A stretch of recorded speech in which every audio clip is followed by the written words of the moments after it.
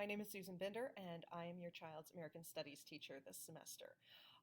Tonight, I just want to tell you a little bit about myself and about the class. And if you have any questions, then you can follow up with an email or a phone call to the school. So this class is American Studies. It is a ninth grade course. It is the class that I've taught primarily since I came to Cocalico. I've been here for 15 years, and I've taught this ninth grade course since I arrived at Cocalico. I also teach the Contemporary Issues elective, which is a 9th to 12th grade elective. This American Studies class is a required course for all ninth graders. And in the class, students learn about people, places, events, problems in U.S. history in the 20th century. So our main focus is 1900 to 2000, although, of course, we do discuss more current events. And I try as much as possible to tie those current events into past events. So, for example, when we talk about the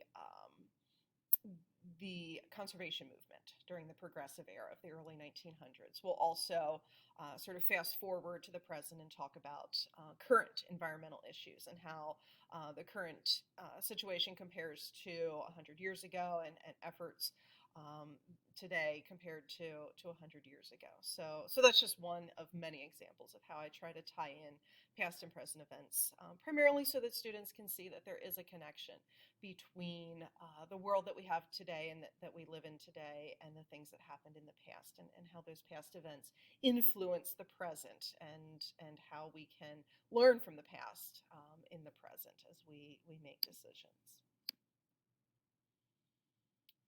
In terms of grading, the final grade for this class is based on three components. There's the marking period grades. Marking period 1 and marking period 2 are each 40% of the grade. And then there is also a final project and final exam that are worth 20%. The final project is a written essay. The final exam is a cumulative exam that covers everything going back to the very first week of school. So that is how the grade breaks down. And then the marking period grades are divided into two components. And this is a weighted system. So when I put the grades into PowerSchool automatically applies the weighting and calculates the grade accordingly. So major assignments, or what we call summative assignments, things like tests, quizzes, writing assignments, things that are designed to show me what the students know and are able to do, are 90% of their marking period grade. So the bulk of their marking period grade is based on what they can do and what they know. The remaining 10% is what we would call formative assignments, the homework, the classwork that they complete when they are learning the material. And that is just 10% of the grade. So, students might notice, especially early on when they just recently did a little discussion prompt that I counted as a major assessment because we spent some time talking about the topic. And it was a good way for me to see that they were understanding what we were discussing, and they did a really nice job with it. So I made that an assessment grade. But they did notice then a bigger shift in their grade after I put that in the grade book, because it is weighted heavier than their homework assignments are. If students don't do well on a test or a quiz or a writing assignment, they may retake the test or quiz. They may also revise and resubmit the writing assignment, and I will regrade it. And in both cases, the new grade simply replaces the old grade, and that is to give the kids the opportunity to improve their grade and to show improvement. For major assignments like writing assignments, they have 2 weeks to get it turned in, but they are going to lose points for every day it's late. So I'll set a due date, and if it's not submitted at that day and time, then they do lose points for every day that it's late, up to 10% off the earned grade. As far as homework, they get half credit if they turn it in late, and it has to be submitted by the end of the unit. Once the unit ends and they take the test, I will no longer accept homework from that unit. The primary purpose of homework in this class is to give students the background knowledge that they need to complete the activities and discussions that we do in class. A lot of test questions come from homework assignments. And this year things are working a little differently. We do have extended blocks this year because we don't have any focus period at the end of the day. So our classes are about 90 minutes long, which is 20 minutes longer than they were last year and in previous years. So during that extra time, the students really are able to get a lot of work done, and they really haven't had much work that they've had to do outside of regular class time.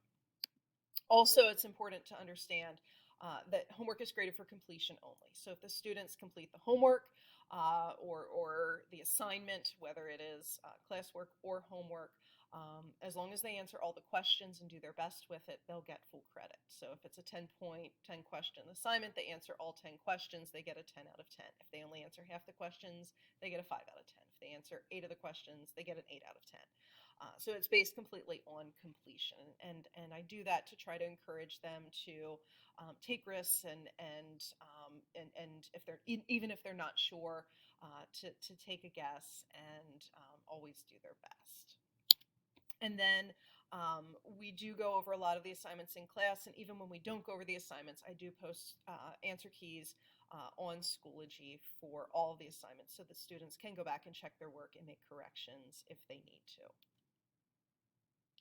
Finally, there are many ways that students can boost their grade further if they maybe miss out on a retake, maybe they don't get in time to get that test retaken, or just choose not to. There are other ways they can boost their grade, or even if they do well on all their tests and writing assignments and they still just want to pull that grade up a little bit higher. There are bonus homework assignments. There are many articles that I have and assignments that I have that we simply don't have time for in class, and so I will often make those available. If the kids want to do a little enrichment and learn beyond the scope of the class, topics related to things that we're talking about in class, they can complete these little assignments and get some extra homework points. They can also collect Binderbucks. Normally I would hand these out. I won't be handing them out this year. I'll just be keeping a tally. But when we play review games in class and things like that, they have the opportunity to answer questions and earn Binderbucks, which can be turned in at the end of the marking period for a half point each. Extra credit is another opportunity that students can complete some additional research beyond what we discussed in class and complete. There's sort of a menu of different options that they can pick from, complete a little project and turn that in and get some extra points. And finally, for any student who turns in every single homework assignment and it is complete and on time every single time, I add 10 points to their grade automatically. And usually there are only a couple of students who manage that, but there are always a few students who do that, and I want to make sure I reward them for making that effort. So there's plenty of ways that the kids can boost their grades and opportunities for them to be successful and do their best. There really is a lot of material. There's a lot of ground that we cover. It's 100 years of history, but I try to, as much as possible, give them every opportunity to do their best and be successful. They can always send me a message or talk to me in class if they have any questions, and the same thing for you. Please, if you have any questions or concerns about the class or your child's performance in the class, please don't hesitate to reach out and send me an email or call the school. My email address is sbinder@cocalico.org, and the school's phone number is 717-336-1423. Thank you for watching, and I hope you have a wonderful evening and a great rest of the school year.